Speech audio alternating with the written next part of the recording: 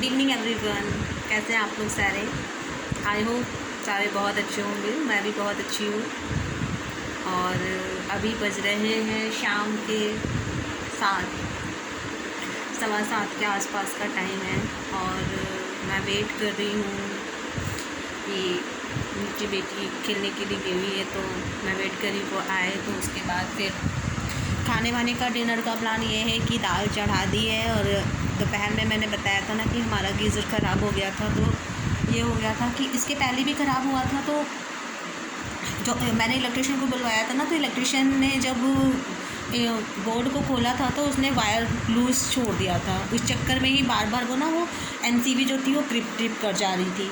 अब पहली बार में जब हुआ था तब तो मतलब उस पर पार्किंग भी हो गई थी, तो मुझे तो डर लग गया कि ऐसा ना हो भाई कोई ज़्यादा दिक्कत हो जाए, कभी बाथरूम में हम लोग नहा रहे हों। तो उसको बुला करके जब ठीक कराया तो ठीक हो गया था। अब उसके बाद अब जब वायर ही लूज़ था, तो अभी आज जब मैंने फिर मॉर्निंग में नहाने के टाइम पे जब उसको फिर ऑन किया, क्योंकि अभी यहाँ पर मौसम थोड़ा ना ठंडा है, और जब मैं उठती हूँ तो मुझे थोड़ा ना सुबह जल्दी उठना होता है, मतलब जल्दी उठ करके नहाना होता है, तो उस समय ना ठंडा हो जाता है पानी, तो भी थोड़ा चला लेते हैं नॉन बैलेंस करने के लिए ना। तो मैं था ही नहीं, वो ऑन ही नहीं हुआ। वो तो ये था कि जो थोड़ा बहुत स्टोर था हॉट वाटर थोड़ा, उससे मैंने तो यूज़ कर लिया। बट मैं चली जाती हूँ उसके बाद बेटी नहाती है, तो मुझे लगा कि भी ठीक नहीं होगा तो दिक्कत हो जाएगी, फिर वो ठंडे पानी से नहाएगी, तो इसलिए फिर उसको ठीक कराना था। इसलिए मैं स्कूल से आई भी तो उसको इलेक्ट्रिशियन को फ़ोन भी किया तो वो आया नहीं। तो ये हुआ कि फिर अभी शाम में आया है तो वो ठीक करके गया है। तो ये सारी कहानी रही। उस अब आप समझ लो इतनी छोटी सी चीज़ के लिए मुझे स्कूल से ऑफ लेना पड़ा। तो बस यही है, अब है क्या करें भाई, घर में रह करके ना एक वर्किंग वुमेन के लिए बहुत ज़्यादा प्रॉब्लम हो जाती है। उसको दोनों चीज़ें मैनेज करनी होती है। पता है वर्किंग वुमेन का सीन ये है कि आप उसको आपको लगेगा कि वो वर्किंग है, क्या ही करती होगी भाई। भाई बहुत मुश्किल होती है भाई, यही सारी चीज़ें तो है, कौन समझाए किसको ना। तो अब ये है, दाल बना ली है। दाल अब हम दाल का थोड़ा सा ये है कि इसके बनने के बाद चावल बनाएंगे। चावल गरम गरम ही अच्छे लगते हैं। दाल को मैं सोच रही हूँ कि पलट लेती हूँ। तो आज शाम का तो बस यही है, दाल चावल है, रायता बना लूँगी थोड़ा सा, बस ये सारी चीज़ें। तो इसलिए ना अपना जब ऑफ करना होता है पतियों लोगों का तो सही होता है, वो तो यही बोल देते हैं अरे तुम ऑफ लेना, तुम्हारा स्कूल है तो तुम ऑफ ले सकती हो, मुझे ऑफिस से ऑफ नहीं मिलेगा। मैम हम भी नौकरी कर रहे हैं भाई, हमें वहाँ पे कोई फ्री में थोड़ा ना सैलरी दे रहा है, हमसे भी काम लिया जाता है। कौन समझाए भाई इन लोगों को, ये सब चीज़ें हो जाती हैं।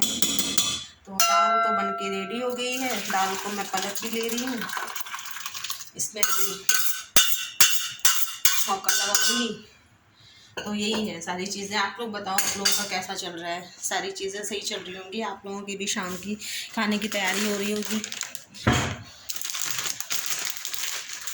सुबह मुझे रात से इसलिए प्रिपरेशन करके रखनी पड़ती है, सुबह मुझे स्कूल जल्दी निकलना होता है, और अगर मैं रात में तैयारी करके नहीं रखूँगी ना तो सुबह बहुत ज़्यादा प्रॉब्लम हो जाती है।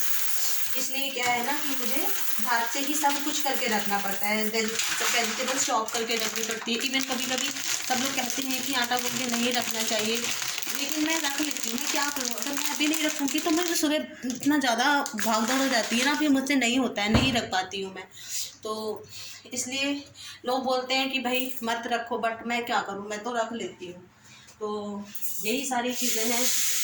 लोगों को लगता है कि बाहर जाती होंगी तो क्या ही करती होंगी, क्या नहीं करते हैं भाई। मुझे घर संभालना और स्कूल चलाना दोनों ही, मतलब बाहर भी काम करना घर में भी काम करना, इट्स नॉट ईजी।